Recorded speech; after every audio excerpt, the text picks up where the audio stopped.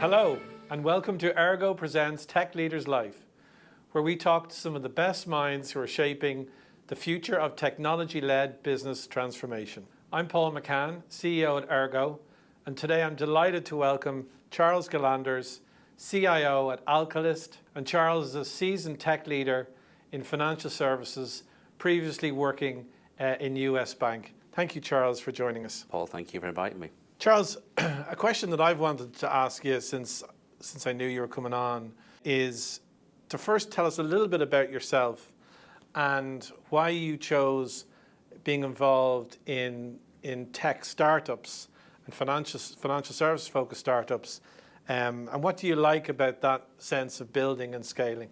Sure, no problem at all. So I'm a traditional techie who has been fortunate enough to find myself involved with firms in different stages of their life, different industries and different specialities. And I've been involved with small firms and large firms. They're quite different, as you might expect. One of the things I really love about small firms and startups is the ability to find time to focus on innovation and the excitement of building new technologies. A lot of large firms are about maintenance and transformation, and those are big programs, but they're often larger than one person can have any particular impact on. That's never the case for a startup. There's always an opportunity to make a difference there, and I really enjoy that excitement of that phase of a firm. Brilliant. And what 84% of IT professionals say is that the CIO is really about being a change maker. What do you think is the key to cultivating a culture of innovation? I think listening is the number one thing. You have to be able to listen to the business leaders in your organization. You have to be able to listen to your customers. You have to be able to listen to subject matter experts, whether they're in your firm, whether they're at competitor firms, whether they're at partners.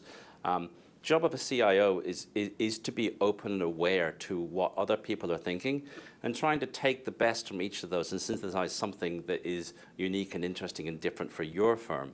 And so I think, to relate it back to the innovation I talked about before, it's about being able to make those connections and to bring that knowledge and expertise to your firm.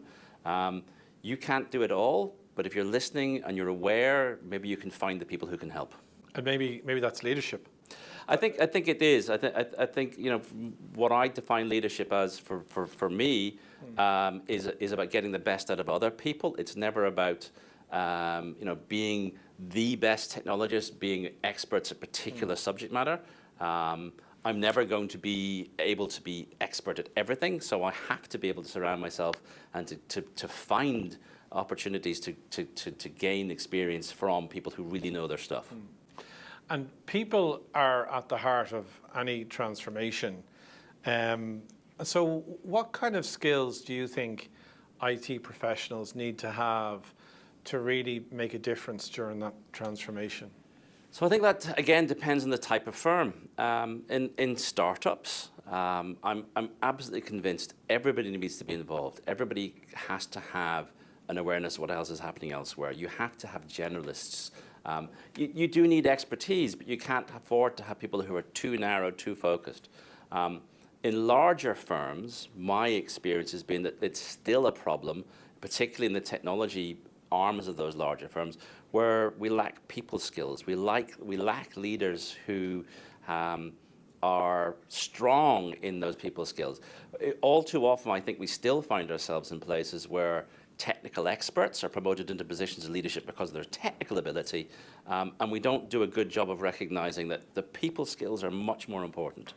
Very good. Which I have a huge, I really believe in that. I think as we go forward in technology, leadership will be more and more important. It's a funny period, Charles, that we're in at the moment in terms of rapid inflation. The costs of hiring has gone really, really high.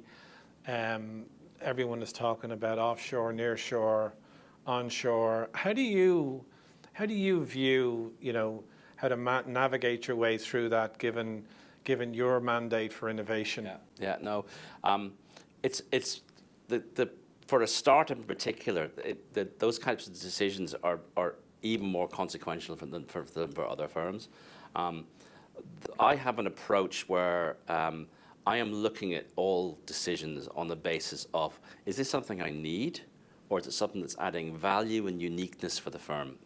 And if it's something I need, I want to buy in. And honestly, in many cases, those decisions are almost commoditized. If it's something that's going to add value or uniqueness, that's where it's worthwhile spending time and energy building in-house, or building and co-sourcing with other experts, but certainly building something rather than just acquiring it. Very good. And in terms of your role, say, over the last 10, 15 years, have you seen a change in terms of your need to understand the business strategy and communicate effectively with the business and then back to your own team? That's been a feature, I think, for me, particularly over maybe even 30 years of my career. You know, when I started in IT, I was building PCs and wiring up networks, and that was what the business needed at the time. But you know, these days, it's so much more about knowing what the business is doing, knowing who the business people are and what their needs are. It comes back to that listing again. IT has to be a strategic part of the business now, and that means that IT needs to be aware of the entirety of the business. It's no longer enough just to focus on, hey, that's an IT issue, that's all I should concern myself about. We need to know about marketing, we need to know about sales, we need to know about operations. That's where the change happens, is when you're exposed to the entirety of the business, and you can then provide value and add and help in all of those other spaces. Charles, as a founder who was very successful in a startup and sold to a multinational, what advice would you give to people looking at us today who are looking to do the same thing? What advice would you give to them? So I can talk about financial services, and I can talk about the expectations of large financial services firms. You know, they have huge bureaucracies that exist to ensure that certain institutional requirements are in place. You were talking change control, we're talking incident management, we're talking access control, audit. If you're a technologist who is involved in a financial services firm at any stage, those things are a necessity. You have to build your systems and your technology with that institutional mindset in place, but you have to build them in a way that is very, very flexible and agile. And these are buzzwords that have been around for a while now, but they're really meaningful and they're really important. Change is happening faster and faster. The pace of change is increasing all the time. We no longer have the luxury of even looking a few years ahead and expecting what requirements are going to be for our businesses. So being able to build that kind of flexible technology with that institutional mindset, that's the secret to success, I think, certainly in financial services. Yeah, that's really good. And I suppose you've talked about leadership and the need for leadership. You've talked about the need to communicate with the rest of the business and affect change, and you've also talked about listening. So it seems there's a lot of demands on the modern day CIO. So just on a personal note, what do you do to rejuvenate yourself, to motivate yourself, to get yourself ready for the next venture that you're going to go into? So there's a couple of things there. From a career perspective, I've always enjoyed, moving roles. Even you don't have to change firm, you don't even have to switch jobs on a regular basis, but not being pigeonholed into a single role, and having opportunities to grow and expand and learn more about the business and the operations, particularly in large firms where you could come across a process that you just had never been exposed to before, and having an opportunity to learn about those processes and make connections between other operations you're already familiar with. I think that I personally find really rejuvenating and just it's a joy to work with that kind of organization. On a personal level, I'm a family man. I have 3 kids. That's a complete change. Always, you come home, and mostly, I'm very happy to be able to say that I can leave work in the office, and home is very, very different. Very good. Charles, you've had a great career, and was there a moment in your career when you look back and go, that was a defining moment where things went a different direction for me? Yeah, I think so, Paul. So we've talked about my history. Up until my time in PFPC back in the early 2000s, I had worked pretty much for established firms, different sizes, but all established firms. And there was an opportunity that came to me in PFPC to take a risk and to join with others and establish a startup. The first time I'd been involved in a startup. And that moment of not just working for a firm, but actually being responsible for a firm, ownership of a firm, that was a big change, an exciting change, but certainly one that was a learning and growing opportunity, and that's great. But it's certainly a challenge at the time when you're learning skills and having conversations that I personally never imagined myself having prior to that point. And there was a good ending as well in terms of. Yeah, so that we grew that firm very successfully, and eventually sold to US Bank, and that's feeding back now, back in a startup again. Some of the same people that were involved in Quintillion, and back again working at that early stage. Great. Yeah, I wouldn't bet against you. Thank you. Your career is interesting for me, looking at it in terms of you've gone from maybe startup, new venture to big corporate and back again. Do you think you're going to settle down on one or the other now going forward, or who knows? I don't know. I always enjoy learning. I love new opportunities. I love finding out new experiences and just being aware and familiar with new organizations. So let's see what the future brings.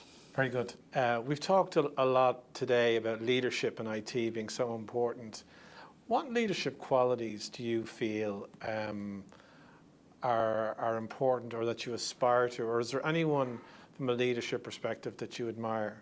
Yeah, I think I've never had in my career someone who has been a specific mentor, particularly not in the tech field.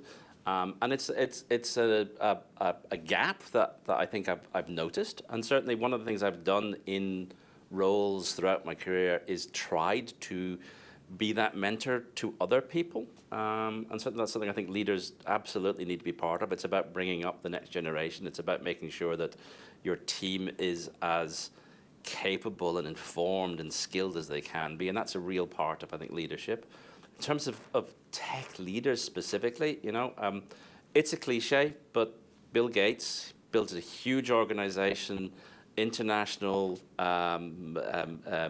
enormous success, and then turned completely towards, making a difference in the world. And I think if you can do both, if you can be successful commercially and make a difference, a genuine difference in the world, that would be something really to aspire to. Yeah, that's not a bad life. Yeah, I think so. Great. Charles, at Ergo, our brand promise is prepared for today, planning for tomorrow. And in terms of looking forward at the future, what technology trends do you think will happen or not happen? And it wouldn't be an interview in 2023 if I didn't mention AI. And what are your thoughts around that? So I am something of a contrarian here, I think. I'm fascinated by what's happening with AI. I think we're a lot further away from general AI than a lot of people would like us to be and who think we should be. You play with ChatGPT today, and I have a ChatGPT account, I use it, but it's not the answer to questions that people think it is. I think it has potential for a tool for specialists to be able to prepare drafts for communications, for text, for presentations. But you still today, and my feeling is you still today, you need to be able to double check what ChatGPT is telling you. You need the knowledge and the skills to interpret its responses and relate them rationally to what you're trying to accomplish. If and when ChatGPT and other similar products no longer needs that expert interpretation, that's when I think we'll be in a very different place for AI. But today, just not convinced yet. Charles, brilliant insights today from you, and I really want to thank you for joining us. Thank you, Paul. Thank you. I've had a really nice time. Thank you. So thank you for joining us on Ergo Tech Leaders Life, and we look forward to seeing you next time.